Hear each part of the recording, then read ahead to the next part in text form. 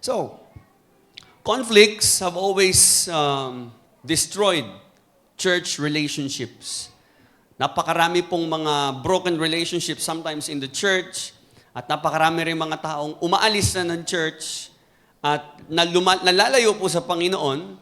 Makikita po natin, hindi lang po dito, kundi sa iba pang mga churches, members are fighting against members, leaders fighting against leaders, pagandahan ng church, no?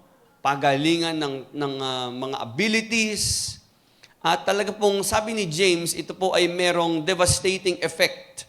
Talagang ito po yung matindi ang nagiging damage. Sabi nga po natin, damage. Yan. Kumbaga, nasisira po ang simbahan. And more importantly, later on, we will be looking at the reason or the cause. Bakit nga ba merong mga church conflicts? So, ang title po ng pag-aaral natin ngayon is Church Conflicts. Everybody say, Church Conflicts. Yan. Talaga po nangyayari yan. May conflict sa church, may away, may hindi pagkakasundo. But sometimes, believers are unaware na yung kanilang conflict inside the church na dapat pwede naman ma-resolve ay lumalala and it is becoming quarrels, no? Nagkakaroon ng unforgiveness. Pwede pa bawasan ng monitor. Kuya Eman, pakibawasan ng monitor dito. Konting-konti lang. Ayan. Okay? So, kailangan malaman natin saan ito nanggagaling. No? Kasi if we want to grow our church, gusto natin ang simbahan ay lumago, then we need to understand why is there conflict in the church? Marami siguro sa inyo dito nanggaling sa ibang churches at siguro may conflict doon. Umalis ako doon, pastor, kasi ang gulo doon, may conflict doon. No? And we need to understand, ano ba ang root cause? Bakit sa church may division, merong fighting, quarreling, no? We need to understand saan ito nanggagaling. Okay? So, in our text today, James helps us understand what's happening inside a Christian. Kasi kung gusto natin malaman bakit magulo ang church, we need to take a good look at the Christians inside the church. Tingnan natin, ano nangyayari sa mga Kristiyano sa loob ng church? Ano nangyayari sa kanilang mga buhay? No, may mga battle din yata sila. So when we fight in church, it means that there's some problem within us. So, trinace ito ni James kung bakit merong mga prolonged fights, no? Bakit merong mga jealousy, may envy, may unforgiveness, at bakit merong mga quarreling. Pag sinabing quarreling, alam niyo yung LQ, di ba? Familiar term yan, mga love quarrel, o yung nag-aaway. Alam niyo, meron ding church quarrel. Nag-aaway-away ang mga miyembro, mga leaders. So why is it happening? Kailangan po natin malaman to because it will divide the church, it will destroy our church. As according to James, ang dahilan po nito is because they have individual pursuit. Ibig sabihin, merong mga selfish desires, wrong pursuits in the church. So, ibig sabihin pala, ang kalaban, hindi yung kasama mo sa church. Yung nakakaaway mo sa church, hindi yun ang totoong kalaban. May kalaban ka sa loob. May totoong kaaway tayo. There is a battle within us, that is why it affects, no, naapektuhan nito yung ating mga relationships in the church. So, ang totoong enemy ay nasa loob. Hindi mo kaaway si brother, hindi mo kaaway si sister, hindi mo kaaway si pastor. Ang totoong enemy nasa iyo. Nasa loob. At yun yung kailangan nating i-deal. No? So tandaan kapag may away o gulo sa church, ang totoong kaaway hindi yung tao, ang totoong kaaway yung nasa loob. At yan po ang pag-aaralan natin ngayon about church conflicts. So what can cure conflicts and quarrels in the church? Ano nga ba ang cure dito? Ano nga ba ang sagot kapag magulo ang simbahan? Kasi si James, meron po siyang paalala sa mga believers na nag-aaway-away, no? And I believe this is very timely because in the last days, sabi ni Apostle Paul, men will be lovers of themselves. They will be lovers of money. Ibig sabihin, patindi po ng patindi ang selfishness ng mga tao. And because we live in this world, we live in the last days, kahit po ang mga Christians, sometimes we can also be affected by this kind of attitude, this character. Magiging makasarili ang tao, magiging mukhang pera ang tao. Instead of pursuing God, instead of seeking God, they seek to please themselves. Yan po ang mangyayari in the last days. So, makikita natin, it affects our church. It destroys the unity of the church. So ano nga ba ang magkukure ng conflicts and quarrels in the church? Basahin natin yung sinabi ni James. Let's open our Bibles in James chapter 4, beginning with verse 1. James chapter 4, beginning with verse 1. Basahin natin yung first two verses. What causes fights and quarrels among you? Don't they come from your desires that battle within you? You desire, but do not have, so you kill.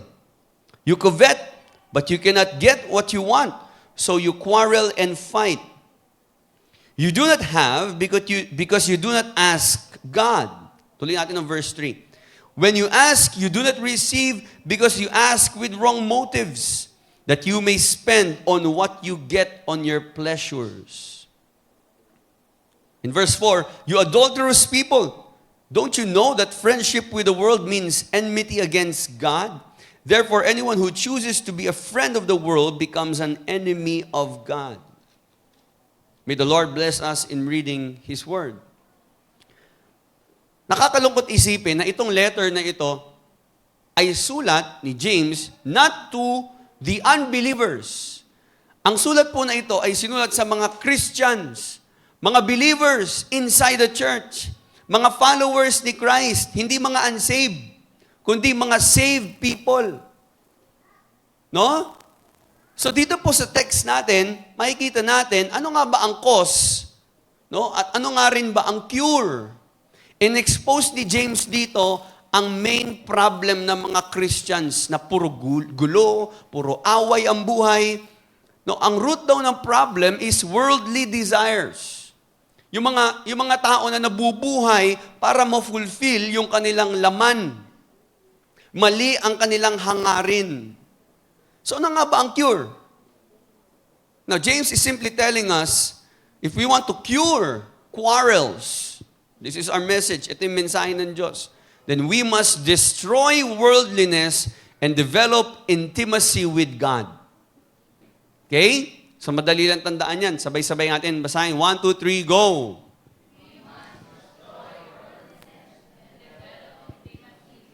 Yan. Sa pamalakas. 1, 2, 3, go! We must destroy worldliness and develop intimacy with God. So ang problem is worldliness. Ang solution is intimacy with God. Okay? Ang problem sa church. Now, ito pong book o letter ni James, the letter or the epistle of James, ito po ay isang, kumbaga yung buong letter na ito, ay nagbibigay si James ng test of genuine faith. Kasi madaling sabihin na Christian ka eh. No? Madaling sabihin na, nag-a-attend ako sa born-again Christian church. Madaling i-profess yun eh. But it's another thing to prove it by your life. Because a lot of people claim to be Christians. A lot of people claim that they are followers of Christ, followers of the teaching of Christ. Pero pag tinignan mo naman yung kanilang application, hindi mo makita si Christ. So all through this epistle, binibigyan tayo ni James ng tests of living faith. Kasi nabanggit niya rin dito sa epistle na to, kung babasahin niyo po, napakaganda ng letter ni James. Very straightforward. Si James, binibigyan niya tayo ng test of living faith. Paano daw malalaman kung buhay ang pananampalataya? So all throughout this epistle, makikita natin yung first test. Sa chapter 1, makikita natin, ang unang testing daw ng buhay na pananampalataya is buhay na pananampalataya ay yung ating response to trials. So if your faith is alive, makikita yung kapag dumating na yung trial sa buhay mo. It will be tested. Sabihin mo sa katabi mo, you will be tested. So, iti-testing tayo lahat ng Diyos. So makikita paano tayo nagre-respond sa trials, paano tayo nagre-respond sa temptation. Sino ba sinisisi mo pag may temptation? Sinisisi mo ba ang Diyos? And then makikita din natin, paano ba daw nagre-react tayo sa Word of God? How do we respond to the Word of God? Do we receive it and obey it? Tayo ba ay hearer lang ng Word or are we doers of the Word as well? So, makikita yung response mo sa salita ng Diyos as well as your response to the needy people, yung mga taong merong mga pangangailangan. No? Meron ka daw ba talagang totoong relihiyon? Do you have really a relationship with God? Do you really have faith in God? Then, kamusta ang pagtulong mo sa mga nangangailangan? Nagpapakita ka ba ng favoritism, ng partiality? So that's chapter 2. No? At makikita, sabi ni James, if your faith is real, makikita din yun sa works. Kasi faith without works is dead. And there was the tongue. Sukatan din pala, ang tongue din pala is a test of true salvation. Yung ating pananalita, it is a test of transformation. Kasi sabi ni Jesus, out of the abundance of the heart, the mouth speaks. Meaning, according to James and according to Jesus, yung ating pananalita is a reflection of what's inside our heart. So kung talaga nabago ang heart, mababago din dapat ang speech. Yung corrupt, and yung ating corruption sa ating vocabulary, sa ating speech, it must be transformed. And also in chapter 3, makikita natin yung wisdom. Bukod sa pananalita, the wisdom that you exhibit, the wisdom that is from above. Kasi merong earthly wisdom, merong godly wisdom. So anong wisdom meron ka? Demonic wisdom? Meron ka bang godly wisdom or demonic wisdom? And now, he comes to another indicator of a true saving faith. At yun na yung attitude ng isang Kristiyano sa mundo. What is your attitude towards the world? Bakit? Kasi nabanggit dito ni James, to be a friend of the world is to be what? An enemy of God. And it's not so much that you are God's enemy, as it is that God becomes your enemy, which is far more fearful perception. Hindi ka lang ba, isipin nyo to ha, hindi ka nagiging kaaway ng Diyos. Isipin mo ikaw, kalaban mo, kaaway mo ang Diyos, mas nakakatakot yun. Imagine niyo ikaw, kakalabanin mo ang Diyos. So that's what you are doing if you are becoming a friend of the world. Pag daw kinakaibigan ang mundo, then we become God's enemy. So kung paano in-unfold ni James itong epistle na ito, makikita natin. Simple lang naman yung sinabi niya. Sa chapter 1 verse 27, basahin natin. Chapter 1 verse 27 ng James, makikita natin, he has already said, inintroduce niya ang isang pure faith or pure religion. Sabi niya, religion that God our Father accepts as pure and faultless is this, to look after orphans and widows in their distress, yung yung pagtulong mo, yung kindness mo, yung kabaitan mo nandoon. And hindi lang sapat na gumawa tayo ng mabuti, and to keep oneself from being polluted by the world. That is true religion. That is true faith. Yan ang totoong pananampalataya. Hindi mo pinapayagan na mapollute ka ng mundo. Why? Again, because being polluted, influenced, or controlled by the world is becoming an enemy of God. So ang sabi niya, be separated from the world. Be unstained by the world. Huwag natin payagan na madumihan po tayo ng mundo. So tingnan natin. Balik tayo sa text natin in verse 1, chapter 4. What causes fights and quarrels? Bakit nga ba kayo nag-aaway? Yun pa lang tama yung tanong ni James, no? Bakit nag-aaway ang mga Kristiyano? Bakit nga ba may away? If we are, listen carefully, if we are brothers and sisters in Christ, at lahat tayo pinagkaalooban ng buhay ni Kristo, and we have been forgiven of our sins, at kung tayo ay magmamana ng buhay na walang hanggan, at tayo ay meron ng Holy Spirit sa atin, we have been regenerate, we have been born again in the Spirit of God, then, why? Why is there quarrels and fights? Saan ba ito nanggagaling? Yung dapat naka-fellowship mo, inaaway mo. Yung dapat na nag-i-encourage sa'yo, nagpapalakas sa'yo, sinisiraan mo. Yung dapat na nag-aangat sa'yo at humihila sa'yo pataas, tinitira mo. Kapatid mo yan eh. So what's the source of this conflict? Bakit may ganito sa loob ng simbahan? Nakakalungkot because yung ating unity, yung ating pagkakaisa, sabi ni Jesus, yung ating pong pagkakaisa sa loob ng simbahan ang magiging malaking testimony sa mga tao na wala pa sa kaharian ng Diyos. So kung hindi makikita ang ating unity dito sa church, then we cannot win the world for Jesus. We cannot win our families to Christ. Paano natin sila madadala sa Panginoon? Paano sila lalapit sa Diyos kung nakikita nila magulo ang church? So we need to understand ano ang cause nito. What is the source of this conflict? Sabi ng verse 1 din, don't they come from your desires that battle within you? Hindi ba dahil din yan sa mga pagnanasa ninyo?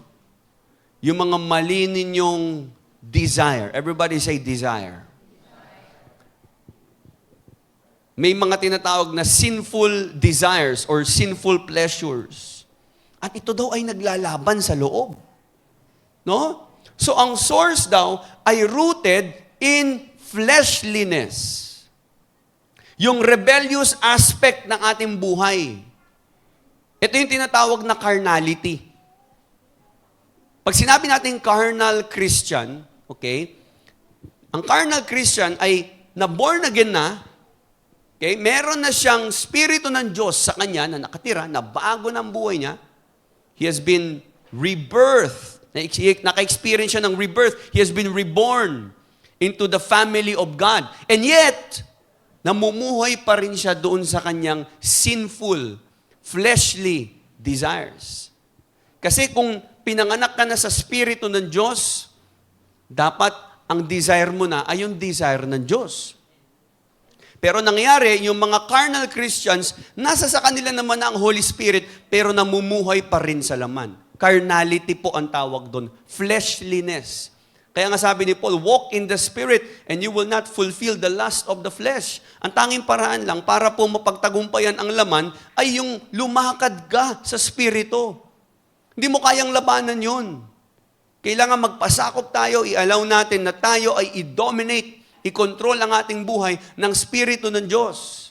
And that's not just going to church. It means every day of your life, you live, you walk in the presence, in the will of the Holy Spirit. So meron pong internal war pala.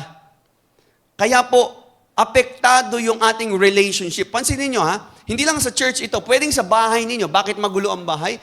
Kahit na Christian naman kayo lahat sa bahay, baka lahat ng tao doon, maging yung magulang, carnal.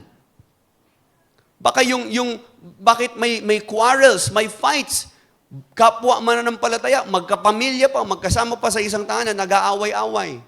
Magkakapit-bahay, no? Magkakasama sa isang simbahan, mag-classmate, magkasama sa isang school, magkatrabaho, parehong Christian, nag-aaway. Why? Because there is internal war. Na mga kapatid, kung ang dalawang Kristiyano parehong lumalakad sa Spirito, they are led by the Spirit, hindi magkakaroon ng conflict na ganito. Hindi magkakaroon ng quarrel. Kaya tandaan niyo po ito mabuti. Kapag may nag-aaway, tapos puno ng hatred, puno ng unforgiveness, puno sila ng galit, inggit, puot sa kapwa, hindi pwedeng pareho yung tao na yon ay merong leading ng Holy Spirit. Hindi pwede yun. Kung may away, may gulo, may hindi pagpapatawad, may inggitan, may hindi pagpapatawaran, hindi nagbubunga ang Holy Spirit noon. Ibig sabihin, pwedeng isa dun sa kanila, makalaman. Pwedeng dalawa sila, karnal. O pwedeng yung isa, karnal. Pero hindi pwedeng mangyari na yung dalawang Kristiyano na pinangungunahan ng banal na spirito, magkakagulo. Hindi pwedeng mangyari yun. Because ang Holy Spirit, ang fruit niya is love, joy, peace, patience, goodness, kindness, faithfulness, gentleness, and self-control. Maayos ang buhay ng mga tao na merong bunga ng banal na spirito. Pero kung ba't nagkakagulo, baka makalaman. Ano nangyari? Tingnan natin, sabi ni James, verse 2, You desire but do not have, so you kill. Sabi niya, pumapatay kayo. You covet but you cannot get what you want, so you quarrel and fight. Sabi niya, may desire kayo, may gusto kayong makuha, pero hindi nyo makuha, kaya ang ginagawa nyo, pumapatay kayo. Now, itong murder na ito, ayan, itong murder na ito, you kill, this is not literal na word na talaga pumapatay. It goes back dun sa turo ni Jesus sa Sermon on the Mount in Matthew chapter 5 verse 22. Nasabi ni Jesus, hindi ka man literal na pumapatay, but if you harbor hatred in your heart, then you are guilty of murder. No, marami mga tao, wala man na silang pinatay na tao. No, wala man silang binaril o sinaksak, hindi man sila ganun kay violente, pero grabe ang galit sa puso. Alam niyo ba yung mga tao na, especially mga Christians, we're being rebuked by the Word of God. Sabi mismo ni Jesus, Matthew 5:22, tingnan natin. Sa sermon ni Jesus to, hindi pwedeng, sabi niya, But I tell you that anyone who is angry with his brother will be subject to judgment. Again, anyone who says to his brother, Raka, is answerable to the Sanhedrin. But anyone who says, You fool, will be in danger of the fire of hell. Meaning may parusa po. And if you commit unforgiveness, hatred towards your brother, guilty ka na kagad ng murder. May galit ka sa magulang mo, pinapatay mo yung magulang mo sa puso mo. Tama po ba? So itong mga tao na to, these people, they hate each other. Kasi mainggitin sila. Hindi nila makuha yung gusto nilang kunin dun sa kapwa nila. Kaya nakikipag-away sila. Now, we can murder people in the heart sa pamamagitan po ng ating words. Hindi mo nga siya pinapatay, pero ang reputasyon naman niya sinisira mo. You're guilty of murder. You murder reputations. You murder with your words. You murder in your heart. So pwedeng nag-aaway-away ang mga tao, especially mga Christians inside the church, dahil meron silang desire for recognition. Gusto nila ng atensyon, ma-recognize sila, or gusto nila ng pera. They want to feel righteous. Kita mo, bakit ba nagchichismisan ang mga marites? Kasi pag pinag-uusapan nyo ang pangit pangit sa buhay ng ibang tao, parang ang gaan ng pakiramdam nyo, para kayong lumilinis, di ba? No? Parang pagka napagkukwentuhan mo, uy, alam mo ba si ganito, nakita ko siya ganitong ginawa niya. Parang, oo nga, buti na lang tayo, no? Yeah, we feel good. No, tumataas yung moral natin, yung confidence natin. Pakiramdam natin, lumilinis tayo. Kasi may nalalaman tayong baho ng iba. So medyo parang feeling mo, bumabango ka na. Amen? So we want to feel righteous for ourselves. That's why we gossip our brothers and sisters. So bakit ginagawa natin yon? It's because we desire something. Pwedeng inggit tayo, pwedeng meron kang gustong makuha na nasa kanya, na hindi mo matanggap, at sa kanya napunta yun. So you can't stop talking bad. Hindi mo mapigilan na magsalita ng di maganda doon sa tao na yon. Ang tawag po dyan ay worldly pleasure, fleshly desire. And those who live for the worldly pleasures, they will never be satisfied. Pag hindi ang Diyos ang ating hinahangad sa mundo. If God is not your ultimate pursuit in life, you will never be satisfied. Laging merong emptiness, laging merong kakulangan, may void. Why? Because you do not seek God. Ito nangyari, oh. They do not have because they do not ask. Meaning, itong mga ito, they don't pray, they don't seek God to meet their needs.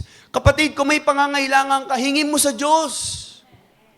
Huwag mong kainggitan yung ibang tao, huwag mong habulin ang mundo, huwag mong hanapin sa mundo. Ang totoong magsasatisfy ng lahat ng pangangailangan natin ay ang Diyos. Seek God. Seek God, not the world. Sabi mo nga sa katabi mo, seek God, not the world. Yan, para matandaan natin, hanapin natin ang Diyos. And that's the problem with most Christians. They don't seek God.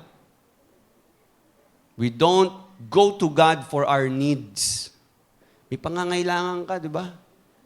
Ba't di ka lumapit sa Diyos? At kung nananalangin ka, ba't di mo hingiin sa Diyos? Ba't kailangan magpatayam pa? Ba't kailangan mag-away-away pa, magkagulo pa? Ba't di mo hingin sa Diyos?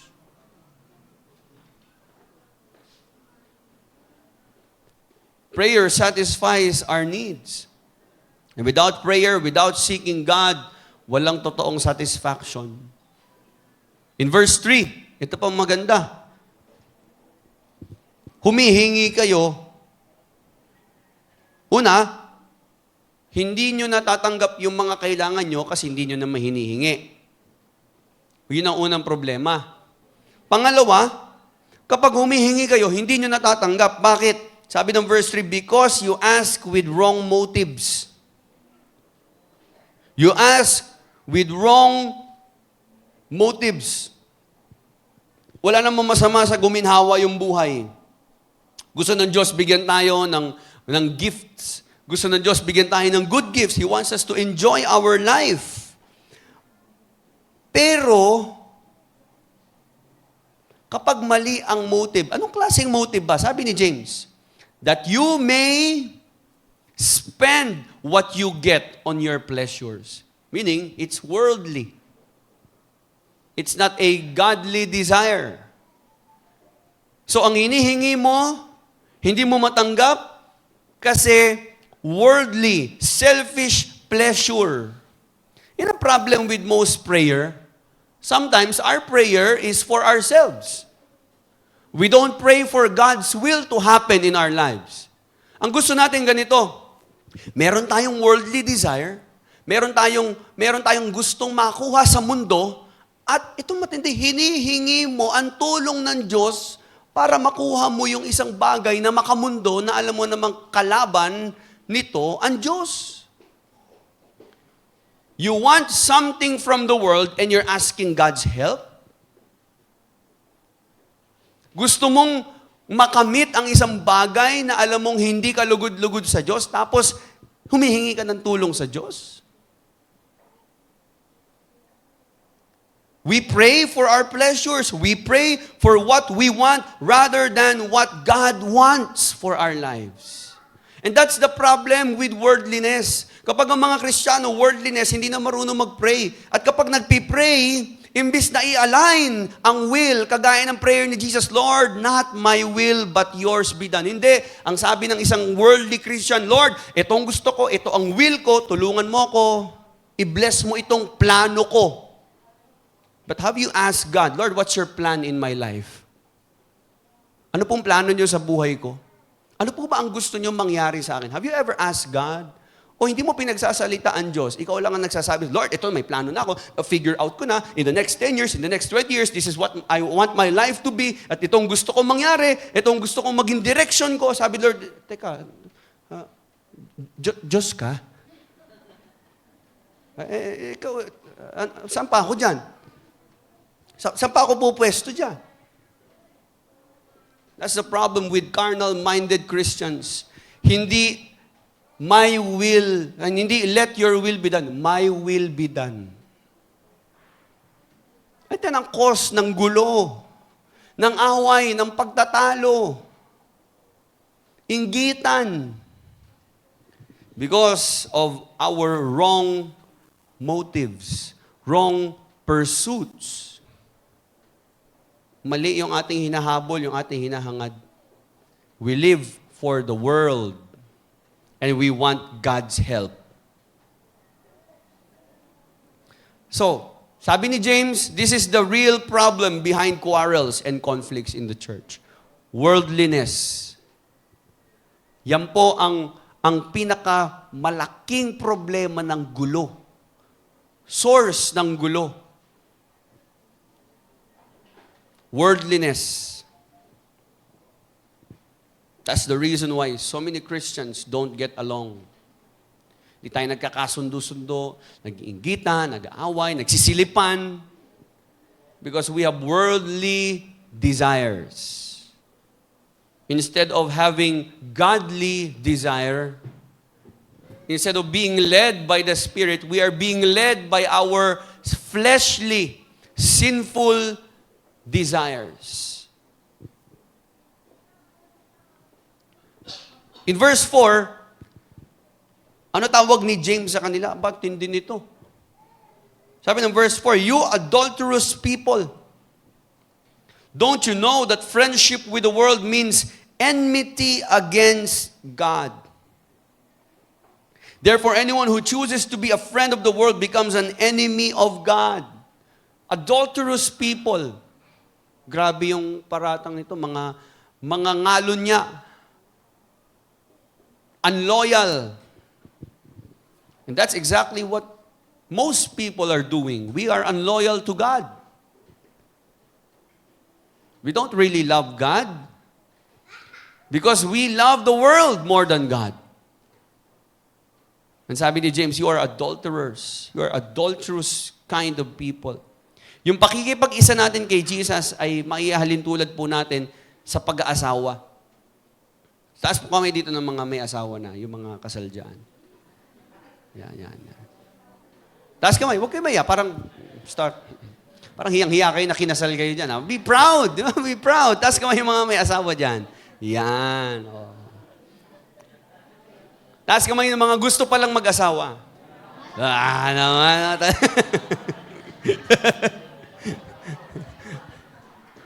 Halimbawa, kayo, may asawa kayo, no? Yung mga mag-aasawa pa lang. Sabi sa inyo ng asawa ninyo, honey, ibibigay ko sa iyo ang lahat ng gusto mo. Lahat ng iutos mo, gagawin ko. Bibiling ko lahat na ipabili mo. Lahat ng cravings mo, kakainin natin. Lahat ng milk tea, titikman natin. Diba? Hindi ka pa nagugutom, bubusugin na kita. Diba? Lalabang ko yung mga damit natin. Diba? Yung mga bagong sampay, lalabang ko uli. Diba? Ganun ako kasipag.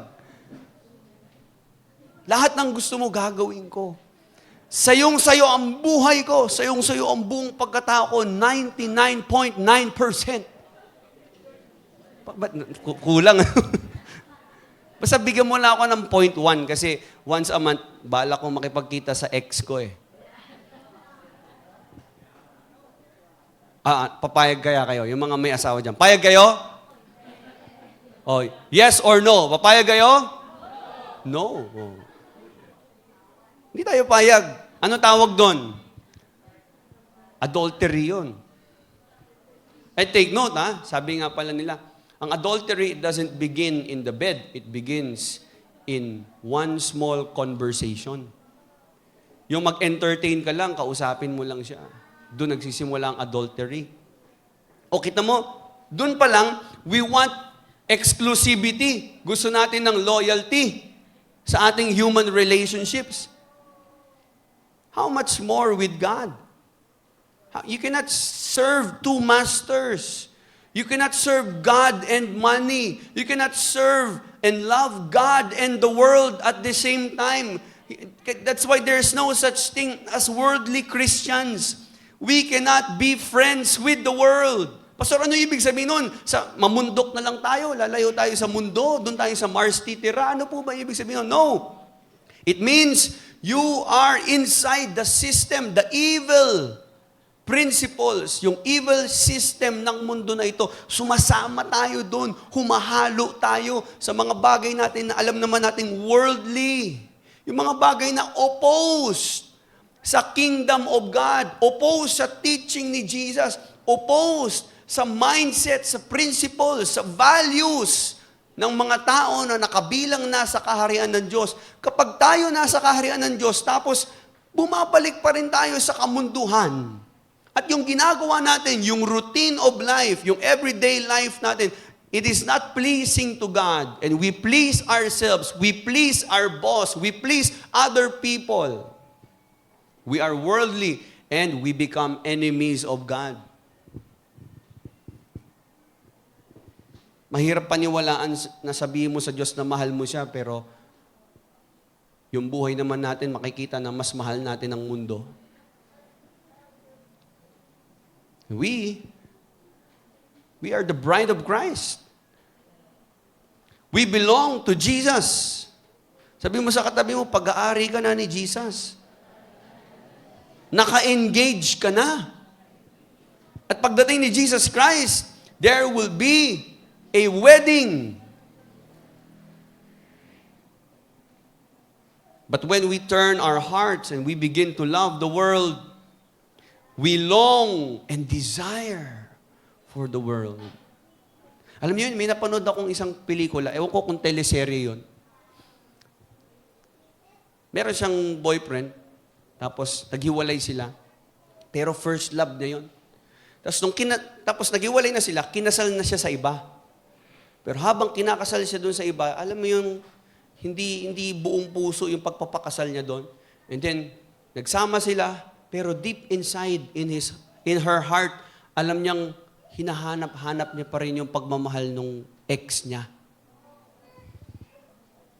Ano kaya mararamdaman niyo kung kayo yung asawa nun? Pinakasalan ka pero hindi pala ikaw yung totoong mahal.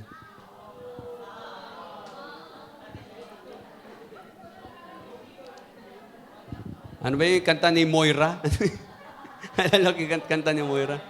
Yung paubaya, no? Ikaw yung, ano yan? Ako yung nauna, pero siya yung wakas. O, pinaubaya na lang. Pero mayroong mga tao na kinasal na sila, pero naaalala pa rin nila yung dati nilang boyfriend. Yung dati nilang mahal, no? Namimiss nila. At hindi niya talaga ako mapasaya eh. Iba talaga yung saya ko sa kanya noon eh.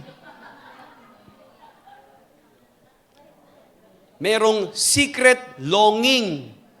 Secret desire. Kumbaga secretly, hindi man niya, sabi man niya sa asawa niya, "Oy, I love you, mahal. I love you, sweetheart." Pero deep down, dun sa puso niya, alam niyang mas mahal niya yung ex niya. Di ba? Ang sakit nun. And that's what happens with most Christians. We secretly long for the world. We want to obey God. We desire Jesus. We want the Holy Spirit. Gusto natin ng Word of God. But secretly in our hearts, we long for the world. You desire for worldly things. Alam mo yun? Yung Christian ka na, nag-church ka, pero naiinggit ka pa rin sa mga kaibigan mong unbeliever na naglalasing. Bakit sila pwede maglasing? Dapat pwede din dito. Sabi ng Bible, do not be drunk with wine, but be drunk with the Holy Spirit. Sapat na yung ikaw mapuspos at ma-impluwensya ng Spirito kasi mapapabuti ang buhay mo. So do you not know that friendship with the world is enmity against God? So hindi pwedeng maging friends tayo ng world system that is rebellion against God, and we are friends of God at the same time. Hindi pwede mangyari yun. Kasi kontra yun eh. Yung gusto ng mundo sa gusto ng Diyos, hindi pareho yun eh.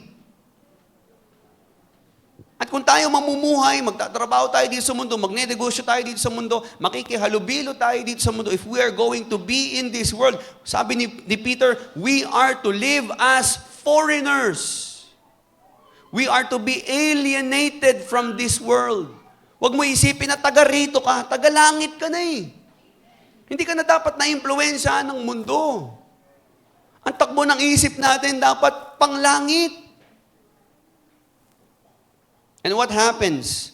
Verse 5, if you are becoming a friend of the world, sabi ng Bible, hindi nyo ba alam na ang Holy Spirit nagseselos? Or do you think, Scripture says without reason, that the Spirit He caused to live in us envies intensely, jealously longs, sabi ng Bible? You see, lahat ng mga na-born again, tumira na po ang Holy Spirit sa inyo. At tuwing kayo ay namumuhay sa mga bagay na makamundo and you desire for worldly things, nandyan yung Holy Spirit. Ang ginagawa nyo, harap-harapan nyo siyang binabastos.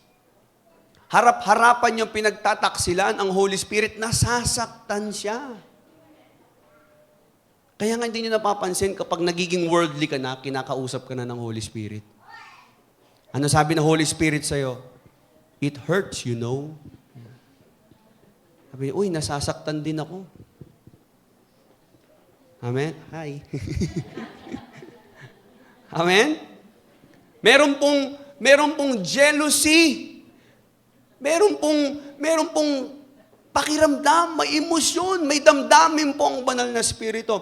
Yung ang dami nating time sa mundo, pero wala tayong time sa Kanya. Tapos, kakanta tayo dito, sasabihin natin, I love you, Holy Spirit. I want you in my life. I desire for you. I want to experience you. I love you, Lord. Mahal na mahal kita, Panginoon. Kailanman di kita ipagpapalit.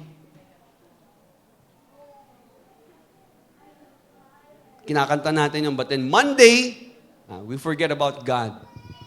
Kalimutan mo na uli si Lord, nakalimutan mo na uli Holy Spirit, you forget about the things of God and you focus on the world.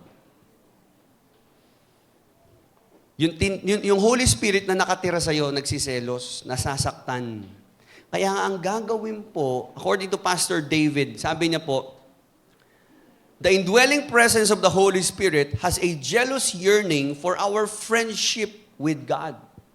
The Spirit will convict the Christian who lives in compromise. Lagi kanya i-convict. Yes, that happens. Every time na nakikita ng Holy Spirit na iba na yung laman ng puso mo na hindi na ang Diyos, i-convict ka ng Holy Spirit. Sasabihin niya sa'yo, hindi mo na yata ako mahal. Nakalimutan mo na yata ako. Wala ka ng time. May mga jowa nga dyan, nagtatampok, hindi lang ma-text ng good morning. Hindi ka na good morning, hindi mo na ako love. Di ba? Uy, nakalimutan mo, anniversary natin Diba? Nagtatampo nga yung mga ano dyan eh. Minsan nga, walang kayo, nagtatampo ka eh. MU lang kayo, pero nagsiselos ka. O how much more ang Holy Spirit? Iko-convict ka niya, paaalahanan ka niya. So stop living in compromise with the world.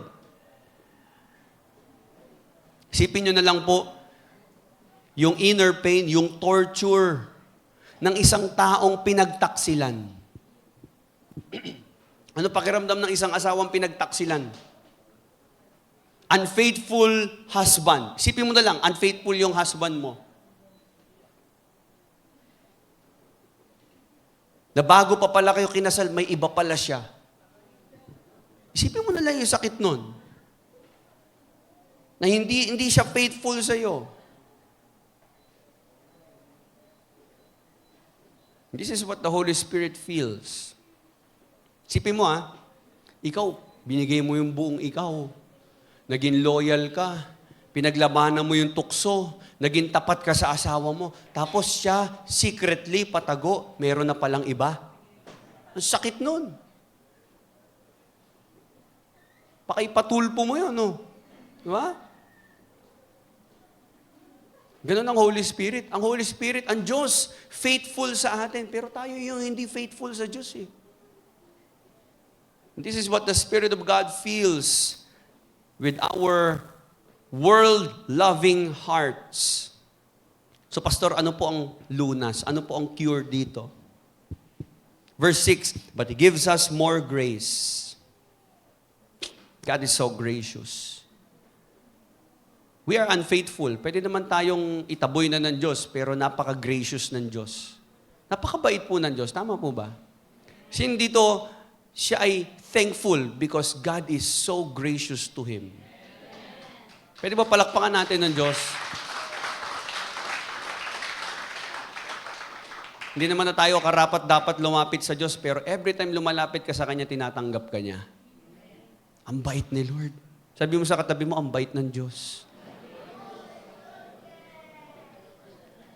He gives us more grace. Kaya sabi ng Scripture, what do we need to do? We need to humble ourselves. Why? Because God opposes the proud, but gives grace to the humble. You humble yourselves. And what do you mean by humbling yourself? It means agreeing with God. Ibig sabihin, pag nireview ka, this is what humble means. Halimbawa, sinabi ko sa iyo, oh, you are worldly. Ay, hindi ako worldly. Hindi humble yon.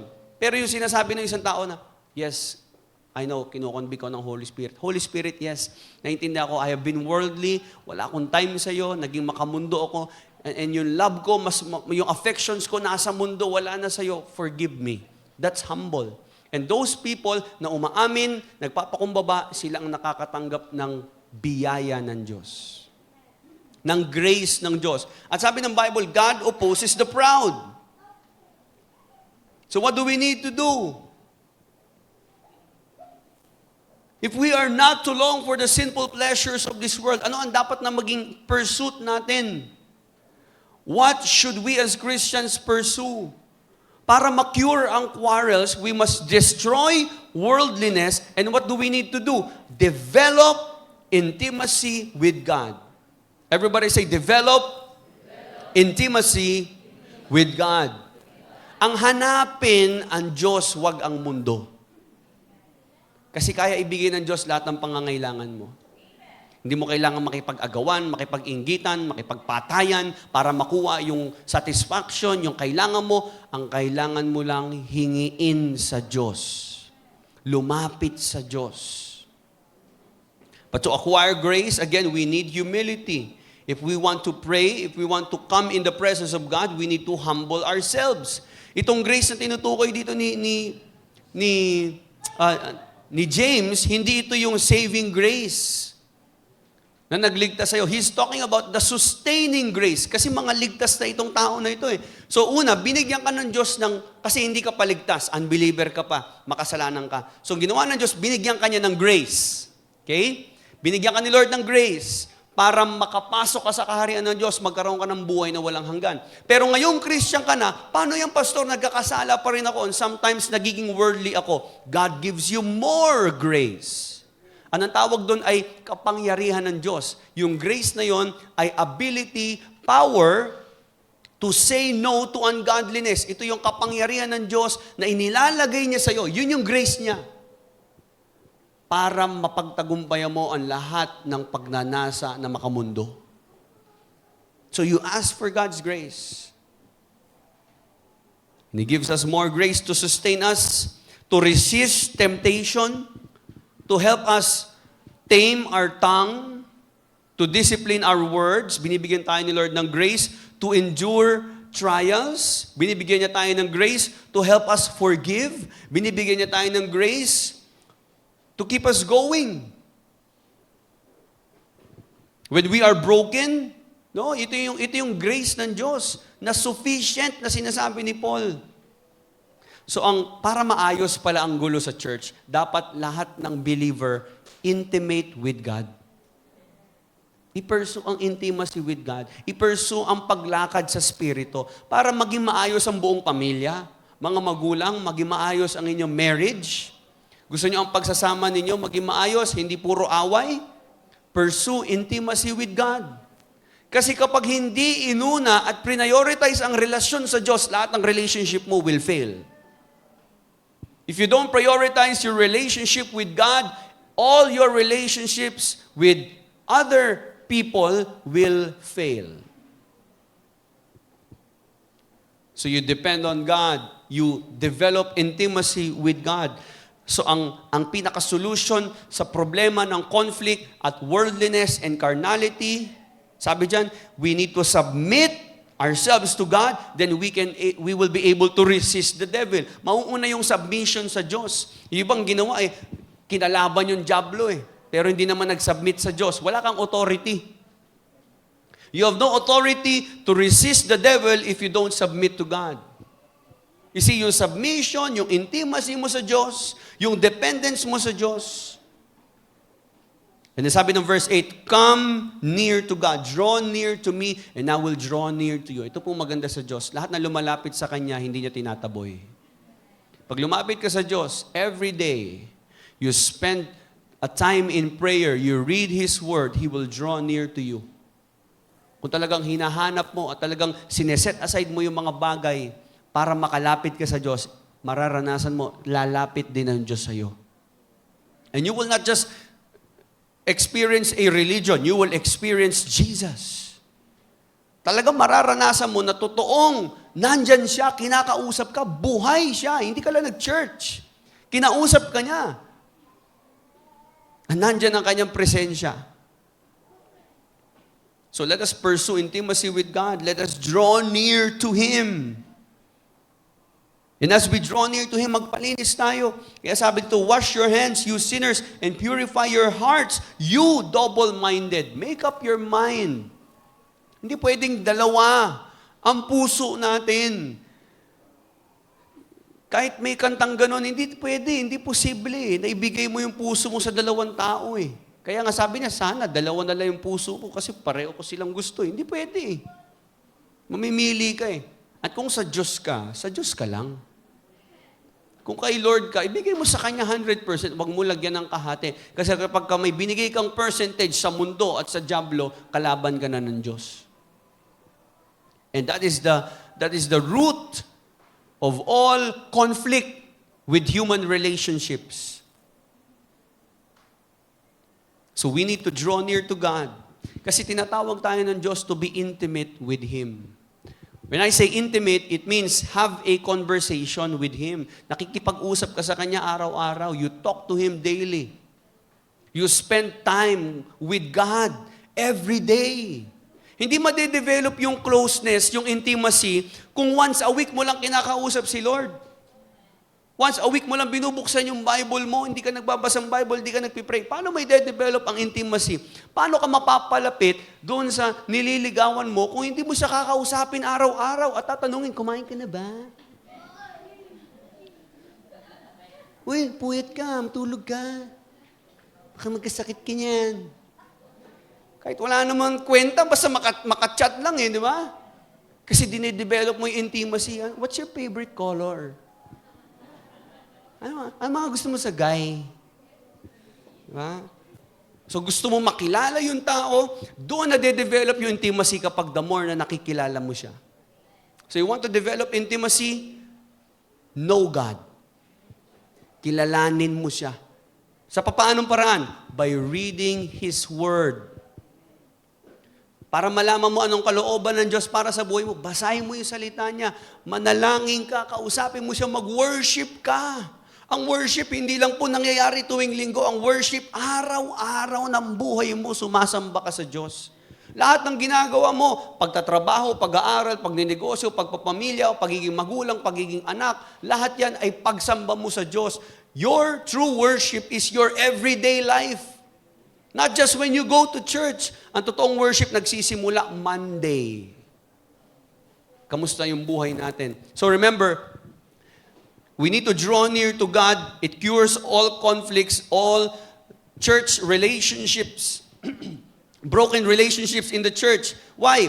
Kasi yung paglapit natin sa Diyos, unang-una, tinutulungan tayo nito para i-resist ang devil, palayasin ang demonyo.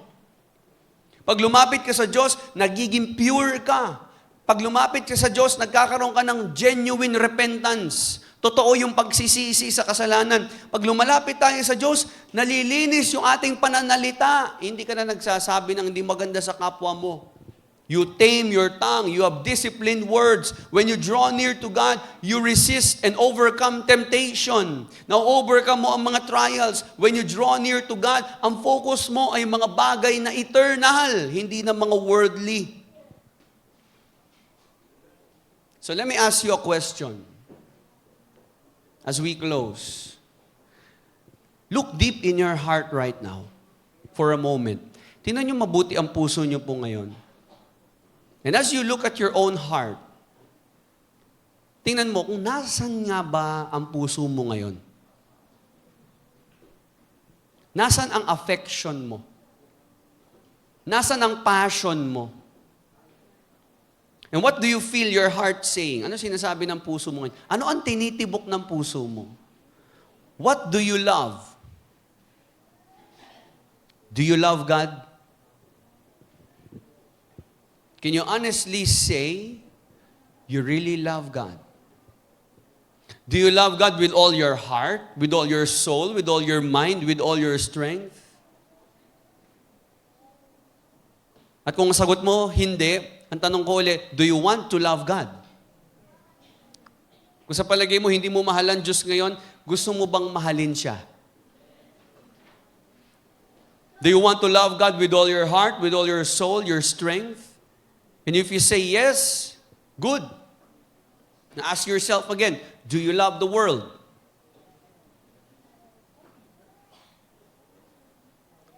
Kung ang sagot mo, Pastor,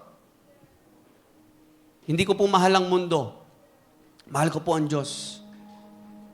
Pero lahat ng affection ko napupunta sa mundo, lahat ng joy sa mundo ko nahahanap, yung pleasures, lahat yon, I'm driven, I'm motivated by the world. Then you really love the world. Kung ano man ang trabaho mo, ano man ang pinagkakaabalahan mo sa buhay, you need to check your heart. Check what's on the inside. Because anyone who is affectionate with the world, anyone who is intimate with the world, lahat ng mga tao na ang laman ng puso ay mundo, pero nandiyan naman ang Holy Spirit, sinasabi niya, magsisi, lumapit sa Diyos. Pero alam mo sa sarili mo, ang laman ng puso mo ay mundo. And the spirit of the world is in you. Yung mundo hindi pa namamatay dyan sa puso mo. And you have been crucified with Christ, and you're still a friend of the world. Kung ganun ka, ang sabi ng Bible, you are an enemy of God. But right now, you have a chance to be a friend of God again. If you get rid and destroy worldliness, layuan po natin ang mundo. Kasi ang totoong pananampalataya na buhay ay merong growing, sabihin po natin growing, merong growing desire for God. Hindi siya kaibigan ng mundo na dinidevelop niya ang kanyang intimacy sa Diyos. Wala siyang ibang hinahangad kundi ang Diyos. Wala siyang ibang desire kundi ang kalooban ng Diyos. So what is your pursuit in life right now? Ano yung hinahangad mo sa buhay? Ano ang hinahabol-habol mo? Yung bang mga bagay sa mundo? O ang Diyos? Kung ang mundo ang hahanapin mo, ang mundo ang hahabulin mo, you will never be satisfied. But when you seek God, when you please God, when you prioritize God over everything, and you make Him number one in your life, I want to let you know, you will be satisfied. Makikita mo yung joy na hinahanap mo na hindi mo pa nakikita noon. Because wala pong pwedeng pumuno ng pagkukulang sa ating buhay kundi ang Diyos lang. Kahit ano ilagay mo dyan, kahit gano'ng karaming pera, kahit sinong tao, Ang ipasok mo sa buhay mo, yung pagkukulang dyan, yung void, yung emptiness, hindi kayang punan yan ng anumang bagay dito sa mundo. Ang makakapuno lang po niyan ay ang Diyos. So you seek God more than the world. Humble yourself and repent.